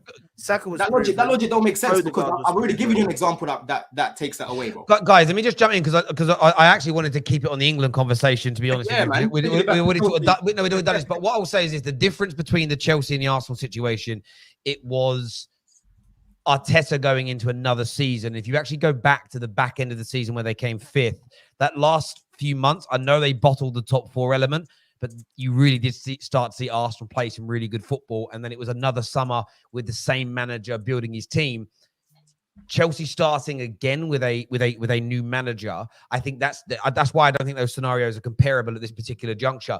But look, viewers, give us your thoughts and feelings on the England team. The other question that I wanted to throw out there, and I'm afraid I just wanted to Giuseppe. You heard it last night. We've put the clip out there. There are a lot of Arsenal fans suggesting this and a few Liverpool supporters that Kobbie Mainoo should be dropped for the final for Conor Gallagher because Spain will have more of the ball. Do you think that would be a sensible move? I think that would be the From most Gareth stupid Southgate? move. I think that would be the most stupid move in world football, mate. Like honestly, when Matt said that, I have to name Matt. Sorry, bro. I know you're in the comments, mate. That was a howler, mate. That was one of the worst howlers, I've ever heard. The fact that he wants to put Conor Gallagher in the team is ridiculous. Yeah, you can't drop Kobbie Mainoo because for me, Kobbie Mainoo is he's been probably, I'd argue, one of the best. I don't know if I'd say he's been the best. I think there's been a couple man on the level, but he's there or thereabouts. You can give it to him. But in the midfield, he's been the best midfielder for England this competition as a whole. He's been the best midfielder. He's been better than Jude Bellingham. He's been better than Rice in the competition. So there's no way in hell and I don't think he understands the fans that are saying drop Kobbie Mainoo. I don't think they actually understand what Kobbie Mainoo does for England because he's what we need against Spain. If anything, he's one of the most important people in the midfield against Spain because when you play them, you need to get through them quick. You need to turn straight away and you need to go at them. Like, at the end of the day, they're not going to hold on to all the possession. So this thing of if we play Gallagher, we lose the match. If England start Gallagher, before I go, let me stop you right there before I go. Yeah, you said if we play Gallagher, we'll lose the match. This is the guy that all you rivals kept saying is our best player. We should keep playing Gallagher. He's playing very well. Keep playing the guy, and we're going to progress with Gallagher. And I kept telling you lot, we don't need this guy in every single game. Yeah, the amount of games that we lost as well because of him. This guy losing the ball in the final third time and time again. Yeah, Gallagher's not going to be starting anymore because you can't compare your midfield to England. You know what I mean? Bro, you can't compare the same midfield. Nobody said Gallagher was your best player. They said he was your best performing player. He wasn't. That's a myth. Our best midfielder last season was Caicedo. Without Caicedo, would have been in absolute tatters, bro. Yeah, and the fact that you don't want Gallagher starting in the midfield, the fact that you don't want Gallagher starting in the midfield for England goes to show you what Chelsea fans thought of Gallagher last season. I know Don's got to shoot. Sorry, Ram. I know Don's got to shoot. Top man, thank you very, very much. I appreciate having on, brother. Look, I don't. Again, I can only go for what we said on the terrace. This is the problem people have. There were times Scott McTominay's never been better than Paul Pogba, but there was times where he outperformed pound for pound, outperformed Paul Pogba based on their talent, and that was the conversation I think people were having. It was like Gallagher was exceeding his levels at times last year, where other players with a much higher ceiling were underperforming. That is what people meant, and I think sometimes when it comes to those conversations, we get really bogged down in the semantics of the situation rather than what we actually, the words that are used rather than what we mean. But yeah, no, listen, I got where, I don't even get where Matt was coming from. I know we only had 30% of the ball against the Italians 3 years ago. It's a very different England team now, and the Italians are definitely very different. Spain have only had more of the ball in 3 of their 6 games so far, and only significantly more in 1 of their games, which was against Georgia. They're not the same Spanish team that will have 70% of the ball against any team in the world, as we saw 10 to 15 years ago. They may have more of the ball than England, but I reckon it's only going to be, the difference is going to be somewhere between 5 to 10%, unless we take an early lead. Then they might have more, but that's because we'll go into counter-attack mode. So I think the idea of, okay, when we do get the ball, even if they're right, we only have it 30%, we're going to give 30% of that ball to Conor Gallagher. We're done. It's gonna drop to 15% of the ball because he can't maintain possession, which is exactly why Mainoo had to start. And my personal feeling is, and I've looked at the profiles of everybody agreeing with Matt's point, and typically speaking, they're nearly all nameless, but they support big rivals of Manchester United. And I know what it's motivated by. Heaven forbid England win on Sunday. And heaven forbid Mainoo performs phenomenally again, as he's done in the last few games. And I don't know, gets named as man of the match. I think people's tribalism at their club level is starting to irk them. And that's where I think a lot of this stems from. And it's conscious with some people and it's subconscious with others. They are putting their club above their... Listen, I don't care who does it for us. Part of me would love to see Saka. I don't care who it is. I don't care who the man of the match is on Sunday. I don't care who scores the winning goals for England if we're lucky enough to do it. If Saka scores... We win 5-0 and Saka scores all 5 and 3 of them are worldies and it's the greatest final performance in international football history. I'm not going to sit there and go, I can't believe an Arsenal player's done that. I'm going to celebrate as an England. I just want England to win. And this concept, this idea that I will say it, I think our most consistent player for the minutes he's had at this tournament has been Kobbie Mainoo, probably along with Gahey. Those two together have been our most consistent two. And Mainoo does do some good things. He has some really good turns and drives with the ball. What he did to set up Foden's chance the other night was spectacular. But he's the only player we have. I think Wharton might be able to do it, but he hasn't kicked the ball at this tournament, who just links that midfield and that attack and the defense together. He's different from Declan Rice. Declan Rice has other qualities that Mainoo isn't the best at in terms of winning back the ball, being dogged, protecting that back 4. Together, I think they work very, very well together. The concept, the idea, the thought process of Mainoo not starting is as ridiculous as suggesting that Spain don't start Rodri or Spain don't start Yamal. That for me is as crazy as both of those suggestions. And he has to start the match because without him, we have 0 chance, in my opinion. I think he's Gallagher on do? What would Gallagher do? Sorry, I'll go to Kate and I'll go to you, Ram. Sorry. I was going to say the thing is with Mainoo is, number one, he's got no expectations on his shoulders, and I think that's allowed him to play freely. And he hasn't got the fear. He's got no. He's a player that plays his way with no fear at all. You can see he's young, he's raw, and yeah, for me to not have him in the final would just be suicidal from Southgate's perspective. I think he's just been a phenomenon this tournament. Oh, sorry. That's fine. When I hear the shots of Gallagher, I'm like, what is he going to do? Because you're asking a guy that's probably his best attribute is energy and pressing to press one of the most press-resistant teams in the entire world up against people like Rodri, Fabian Ruiz, and Lamine Yamal. Even Lamine Yamal on the ball, he's press-resistant as hell. Like, what is he actually going to do? And this is where I go back to Giuseppe's point. Defensively, Kobbie Mainoo does what is completely different to what Gallagher does. Kobbie Mainoo doesn't press like that. Kobbie Mainoo is very good at intercepting the ball, reading of the game. That kind of stuff is what you need when you're playing up against a team that likes to pass the ball around. It's simple stuff like that. And I was going to say, Terry, it did sound like tribalism at first, as in like people want their own club teams players to actually play in the team. And I kind of get where they're coming from, because I know certain people like yourself, Terry, will be annoying when all this is over and United start playing again, and you'll say Mainoo was the reason why. It's going to be annoying. I get it, but look, at the end of the day, we want England to win.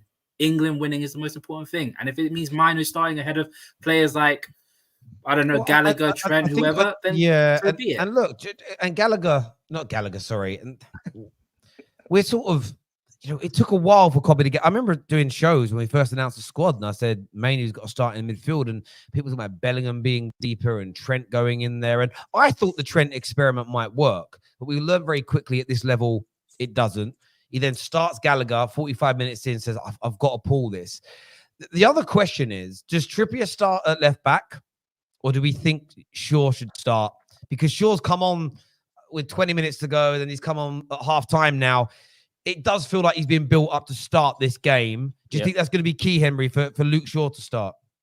Yeah, I think the most important part of this game is beating Spain's press. If we can play out of the press, we'll beat Spain. And I feel a lot more comfortable with Luke Shaw on that left-hand side playing it out than I do Trippier. As well, it's not Trippier's natural position, so Shaw's going to bet on the overlap. Spain are vulnerable for the counter, and Georgia got in behind 2 or 3 times. The difference is we've got a much better, player linking our defence to our attack and much better forwards. But yeah, Luke Shaw for me, he come on yesterday. I thought he did well, and I think it's a big ask. But the last final Shaw started in, he scored, and I'm not just living off that, but I am living off that. That kind of gives me hope, because I think if Trippier is in a one-on-one, because there's been, whether you believe the reports or not, there's talk of Williams going out on the right and Yamal coming on the left. If that's the case, I think Luke Shaw deals with Williams better than Trippier will, because that pace is going to destroy him. Well, but either of them, it doesn't matter which one he comes up against. They're both electric, but I'd rather have Shaw there personally. I don't know what you guys think. I think if you look at Shaw on the left side, and firstly, I feel like he should definitely start that game. I think he looked comfortable. He looks all right when he came on. He looks very comfortable. But there's something different about having a left-footed player as a left back coming off of on that left side. They're just more comfortable. They know how to position themselves. They know when to call for the ball and when they'll be ready to cross it, or if they're gonna go first time, or if they're gonna drop the shoulder and go to the right and try and get it into the box. Do you know what I mean? So listen, for me, I think Luke Shaw has to start that game. I think he looks more comfortable on that left side. Trippier always looks just out of place on that left side. He just does. Like he's a much better right back than he is a left back, of course, because that's his position. But I just think Luke Shaw has to start this game, because the balance that brings to the team when he's on that left side is different. Like even then, you saw against Switzerland, as soon as he came on, the team looked different. When he came on against freaking, who did we just play again? Oh, Switzerland. Netherlands. Sorry. When he came on against the Dutch, freaking my amnesia, man, I'm done. When he came on against the Dutch, he also looked very good and brought something to the team. Do you know what I mean? He brought option on that left side. He ignited that left side, and I think that is way too important. And like you said, man, I know you said, "Oh, I'm living off of it," but it's the facts. He scored last time we were in a final, bro. He's the one who scored. And if Gareth Southgate didn't have a donkey moment and decide, oh, let's just sit back for the rest of the final, I really think we could have won that Euros. And we could be sitting here talking about we could do a double. I think Shaw's probably the only change I'd make to the team. I think the rest of the team has to stay the same. I'd just make the subs earlier if I was. I'd do the Palmer switch. Like I'd bring Palmer on sooner, depending on how the game's going. But Luke Shaw is definitely who I'd start. It does. I do worry for Luke Shaw as well. I'll be real, because Yamal and Nico Williams. I feel like he's going to have a tough time. But Trippier has been the worst player for England this whole tournament. So therefore, he has to. I feel like it's a bit. I feel this all will stem back to Southgate not bringing a left back that was fully fit to play there to begin with. I think that's where the issue has arisen from the start. So it's not Luke Shaw's fault, but Luke Shaw's probably our best bet of shutting off the left-hand side. Maybe he can come and have an amazing game. And sometimes that happens. Sometimes, when a player hasn't played that much and they've started coming back and they come in a big game, they perform. So I'd 100% start Luke Shaw at left back, but that's the only change I'd make to the team. I think anything else, it will be doing too much. What about Bellingham? He has to start. He Start. has to. He's got that aura. Like, bro, he's the sort of guy that will then turn up in the final and score a banger or something. I think the only player you can really And he take played- out of that midfield is Foden. The only one that you can really take out of the midfield. And the thing is with Kane Foden, is the he's probably captain, the so most Kane will never- I'm about to Kane's say the captain, so he's Harry untouchable. Kane's the other one that a lot of people are calling for. Obviously, Watkins came on and did exceptionally well. One of the best and one of the most important knockout goals in English football history. But do you think it would be sensible to drop Captain Kane for the final? Because some people are calling for it. I know they are, but it's so short-sighted. Harry Kane is the sort of player that not only he's got that presence on the pitch, but he can just make a minute magic. What's the word? In a minute, he can make magic. That's a really dog-winded way of saying it, but that's what I mean. Moment of brilliance, I think. That's it. A moment of brilliance. That's what I was looking for. He's just. I mean, he's not undroppable, but to not start him in this final again would be a criminal decision. I think because we've got such high expectations for Harry Kane, he hasn't delivered to his level this tournament, but he's still tied, I think, for the Golden Boot at the minute. Yeah. And for me, you can't drop him. It's madness. There is a shout, though. I do think there's a shout because I do think he's never performed in a final in his career. Like, that's the only thing. I know that might be harsh to say, but like I don't even think he's registered a shot on target in a final, and he's played like 4 of them. So that's the only thing. Take him off if he's not performing. But I can hear why. Yeah, that's why. I can hear it at the same time. Depends on how you view it. But a lot of people rate their captains in the sense of captains are needed on the pitch in terms of organization, motivation. He's one of the elder statesmen, experience, keeping everybody in line, making sure people are, being honest. And I know as fans, we'll have different opinions on people, but there ain't a single England player that seems to have a bad word to say about Kane. They have a huge respect for him. I feel harsh saying this about Ollie Watkins, but I almost want him to be that impact player from the bench if and when he's needed.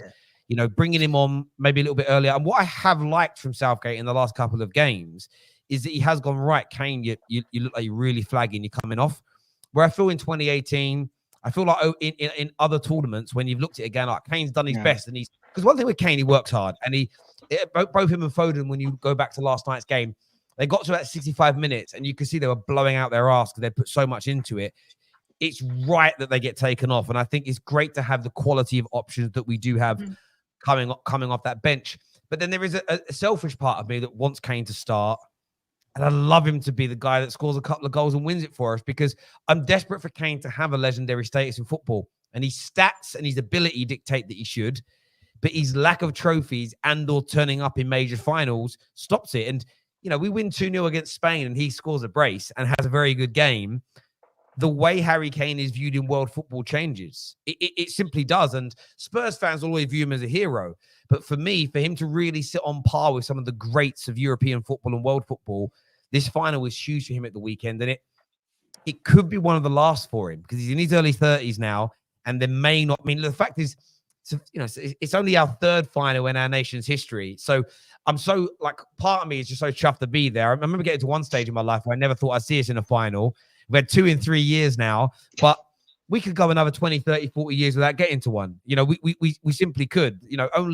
Only 4 teams get to major only 4 and European teams don't even get to the World Cup final all the time. Like, you literally every 4 years, there's a chance to get into a final. And sometimes it's only guaranteed that 2 European teams get to a final every 4 years because the World Cup doesn't guarantee European teams get there. So it's so hard to predict it happening again. And I hope they deliver.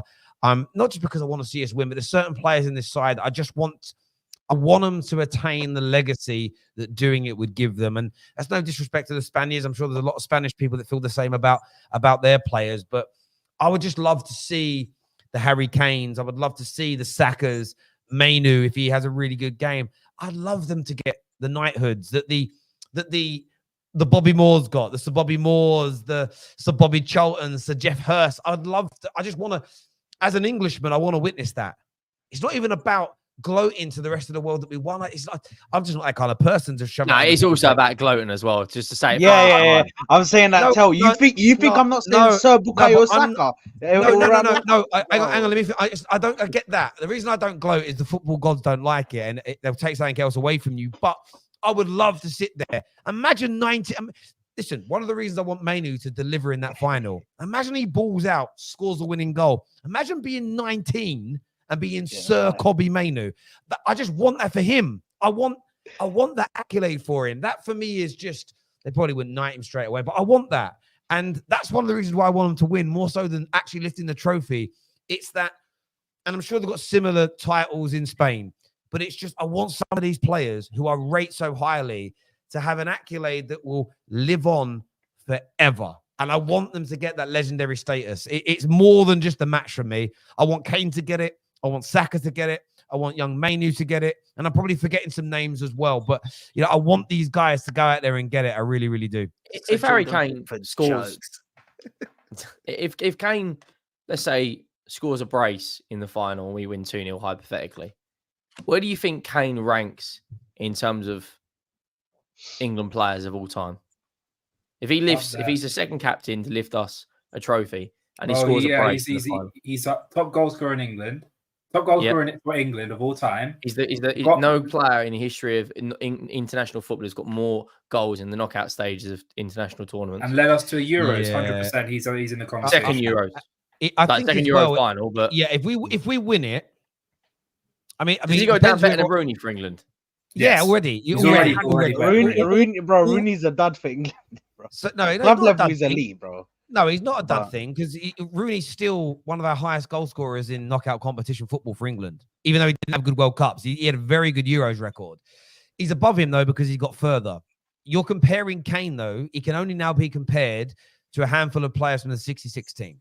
So you've got Moore, you've got Charlton, Hurst, who got the hat-trick in the final, and Jimmy Greaves. I think that those four, maybe Martin Peters as well, those 4 or 5 have always been because they won the World Cup.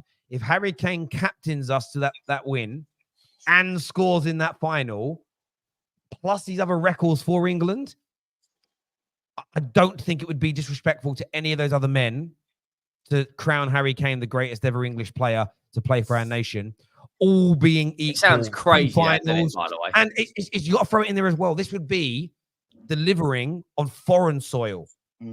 Which is harder because in the Germans as well. In Germany against the best team in the tournament so far. Yeah, look, I think it's. I mean, yeah. Listen, we said earlier we don't want tribalism. There's gonna be a lot of gooners sitting in our game. Please don't let that happen, especially if they don't support England. But there's definitely the case. Definitely the case. Yes, bro. Like, just in your opinion, as a neutral, and Henry and Kate and Ram, if England win and Saka scores the winner, would you consider Saka world class? If he delivers in that final, absolutely. Yes. Absolutely. Yeah, if he scores the worldie, yeah. I don't have a Saka agenda anyway, but if he does, well, that's the biggest of biggest stages. Vinny Jr. scored in the Champions League final. No, you would, and I wouldn't personally allow people to get away with moving the goalpost because it's not as though he hasn't been playing well consistently for England as well. So, if for instance if Bowen comes on as a sub after 30 minutes to an injury, scores a brace and wins it, I wouldn't say that makes him world class. And Matt come here talking about Kane saying this would be Kane's first major trophy. It would, but we're not talking about Kane being the greatest ever English player, because I think Rooney's legacy across the whole of football would still be bigger. We're talking about players in an England shirt. So we're being very specific to international level. He'd be England's greatest ever player, not the greatest English player to play football. I think that's still a different conversation because of what others have done at club level. So again, it's nuanced really. But yeah, if Saka delivers in this final, and yeah, I think you could argue that he is. I mean, look, I want us to do it. Predictions, Giuseppe, what are you going with score-wise? What are you going with? I'll go with there's 2 sides to this, man. Don't you go and start choosing them tapas lot. No. I can't. I won't do that. I do think there's a chance of it, but I think that it'll be. I'm going to say it's going to be 2-1 England, and I think it's either going to be a late winner or it's going to be an extra time. 2-1 England. I can't lie. What I you think saying, this. Kate? Oh yeah, no, go on. Sorry, go on. First of all, the fact we're even talking about Kane in this conversation shows that he should never be dropped, even if he gets subbed at 60 minutes. That man has earned the right to start in this final, in my opinion. I'm going 2-2 and then us to nick it 3-2 in extra time. Yeah, I think this game stinks of like a 1-1. Go to penalties. I think we win it on penalties. To be honest, no, I genuinely think it's going to go to penalties again. Same as the Do you know what? Like, if I could pick a way to win it now, I think a last minute winner is always crazy exciting. But if I could honestly pick a way to win it now, I would pick penalties, because in my lifetime, penalties have been such heartache for me. To win it in penalties as an Englishman, there is something poetic about it. Oh, the stress would be crazy. But if I could now pick and I knew the way to win, so I'm going to tell you, you can pick the way to win, I'd say, yeah, you know what, on penalties, because there'd be something as an Englishman that'd be beautiful about that. By the way, I think if it goes... The winning penalty, the fifth penalty, the fifth penalty. Hey, listen, after the Euros last time, don't do this to me, bro, because I will live off of that for my life. You think man are getting away from me, bro? But based on stress levels, I want to be 5-0 up at halftime. Based on stress levels, I want to be 5-0 up at halftime and just have a party for the whole second half. That's what I want. Henry, what's your prediction, brother? I think Spain go 1-0 up. Saka drags us back into it. We go into extra time. We go all the way to penalties. And I think Ivan Toney scores the 5th. And JP, number 1, has an absolute masterclass. And do you know what? If Pickford saved a penalty this shootout, that means he saved one in all 5 penalty shootouts he's been in. And do you know what as well? If Pickford wins it for a penalty shootout, give him a knighthood alone. Because we won a penalty shootout against Switzerland because of him. He saved Jorginho's back in the last Euros. Pickford, I think he's so disrespected. Like for England, I think he turns up.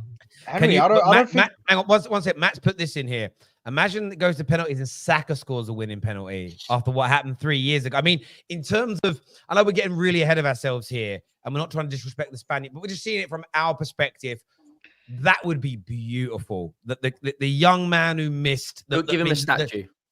Oh, yeah, without a doubt, you build Saka a damn statue next to fucking Bobby Moore's outside Wembley. The next day, you erect that mofo 100%. Ram, what you going with, brother? I don't think it'll go to penalties. I think it'll be done in 90 minutes. And I'm going to be optimistic and manifest the positive atmosphere. 2-1 England. Who scores the winner?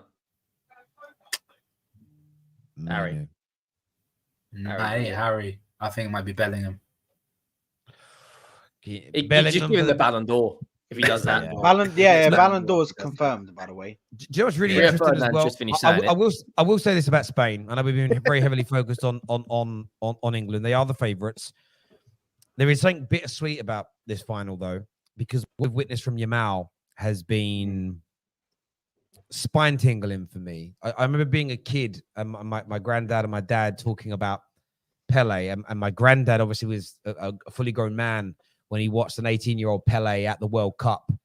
And you got to remember, like, football was nowhere near as accessible in that era. It was the World Cup and the FA Cup final were literally the only 2 times you got to watch football on television, if that made sense. And I remember just hearing the stories of Pele and how young he was and how mature he was. And I feel like Yamal has done that at this tournament. And there is the football fan in me that would love to see this young man have an amazing final, score at 16 years old in it, be the star. That's the football fan in me. The Englishman in me, of course, I don't want that in any way, shape, or form because I want my nation to win.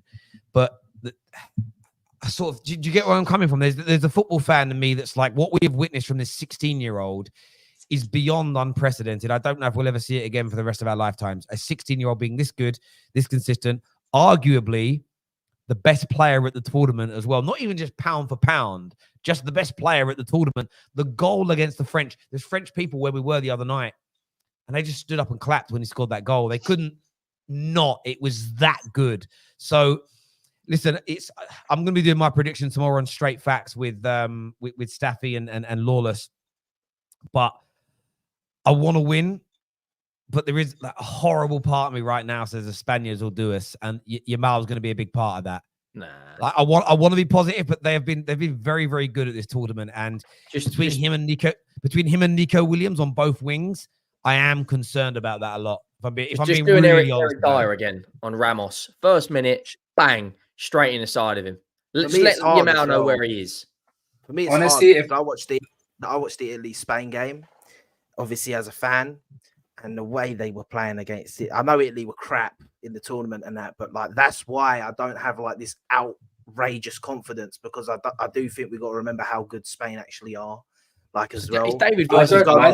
I don't think Lamar or Williams will score. I think it'll be Rodri. Rodri loves a final and loves a big game. I agree with Ram there, bro. He will be my most hated guy in football, bro. I think we've shit-housed our way to the final, and we're going to turn it on and show them what we can do. That's what I think on Sunday. It's written in the stars. I love to, man. Love it. I hope you're spot on. Some super chats here says 2010 Spain won only 1-0, round of 16 to the final. This is the thing I would say about how we've got there.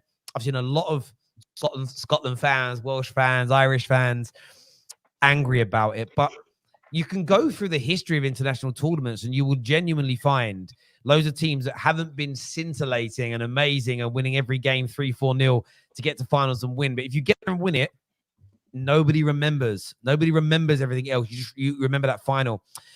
For each, your dream signing this summer. I mean, we'll throw this question to Ram at Liverpool. Your dream signing this summer. Dream signing. Flipping heck. Man,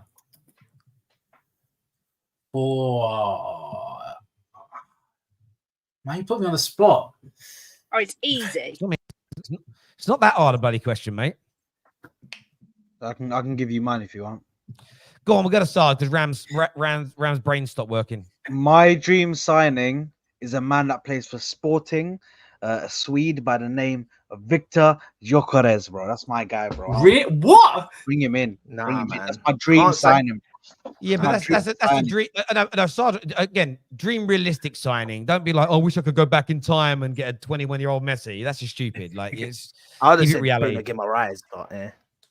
Nah, Victor Gyökeres is the one, bro. He's the one. Go get him now. He's ready to go. Yeah. Bang. He's ready to go to the next level. You don't need him. Yeah. Williams is much better signing. Yeah. I'm going to go through some more of these super chats here. The Chelsea main player again that haven't been able to play for Chelsea yet will give them a title run. That Don, shut up. Don, £100 to charity. Spurs finish above Chelsea. Jimbo, we'll pose that to him. We'll pose that to him. Somebody. I'm going to take the bet on Don's behalf. I'm sure he'll take you on it because he can't give it that chest and then not take the bet. If he doesn't take the bet, then we know he's lying about how he feels. Are Chelsea getting a points deduction by a top four? Well, no one knows if Chelsea are getting a points deduction. There's no sign of that as of right now. So, VVD will retire from international football. That's why he is considering in my options.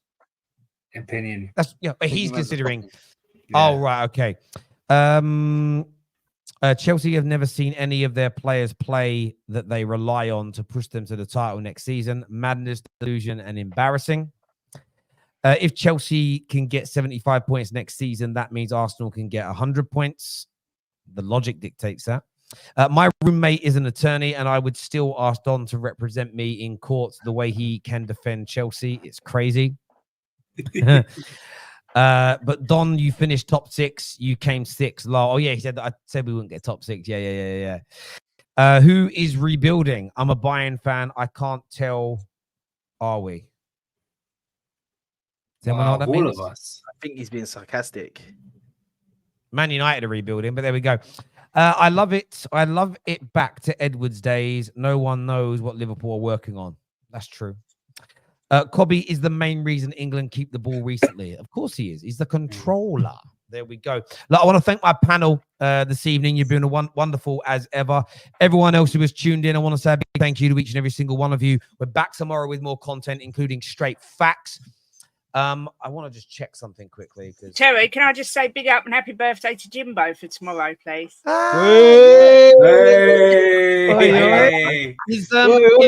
Is Jimbo going to be on for a promise on his birthday? Well, it depends if he behaves. It depends if they Go on stay then, fit. Are you doing any? What are you doing for his birthday? How are you spoiling him? I can't say on stream. It's too rude. Oh, big up the stream, man. Fair enough. How old is he going to be? Jim, 50. He's going to be 50, right? 62. Can you believe it? 62, Jim. Honestly, Well done, Jimbo, you mate. don't look a day over 60, mate. Like you're looking good. You're looking really, really good, mate. Time to get myself a younger model, I think. You know, you suit like he's a bit of a Phil Mitchell, isn't he? He's a bit of a Yeah. like he's a bit of a Phil Mitchell looking geezer. So fair play to you. Fair play to you there. What's everyone else doing tonight? Is it Friday or Thursday today? I'm so confused what that is. Thursday, mate. Thursday. Oh. So yeah, what are you guys? Anyone up to anything fun tonight? No, I got working. Yeah, Chilling out. Work tomorrow. Yeah, fucking, I might go out, do a couple laps around the estate, mate. I don't know what Tel wants me to say, bro. It's a Thursday, bro. I got work tomorrow, bro. You know. What are you doing in Germany, Tel? You going out painting the Yeah. town? Yeah.